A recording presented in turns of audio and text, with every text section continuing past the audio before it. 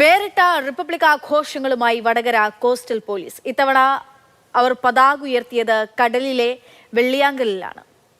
Vadakara rural SP K ബൈജുവിന്റെ നേതൃത്വത്തിലായിരുന്നു പതാക ഉയർത്തലും ആഘോഷങ്ങളും.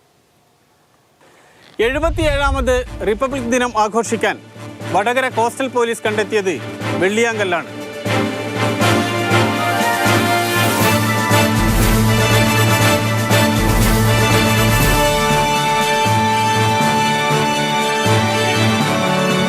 പ്രകൃതി സൗന്ദര്യം കനിഞ്ഞനുഗ്രഹിച്ച വെള്ളിയാങ്കല്ല്.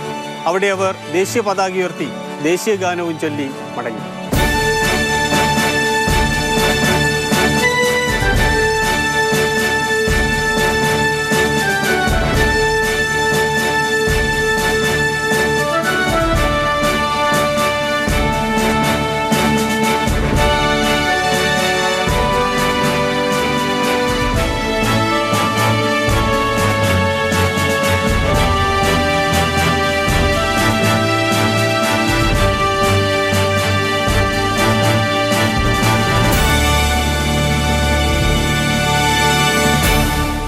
തീരദേശം വഴിയുള്ള തീവ്രവാദ പ്രവർത്തനങ്ങൾ വർദ്ധിച്ചു വരുന്ന സാഹചര്യത്തിൽ കൂടിയാണ് വെള്ളിയാങ്കല്ലിലെ റിപ്പബ്ലിക് ദിന ആഘോഷം.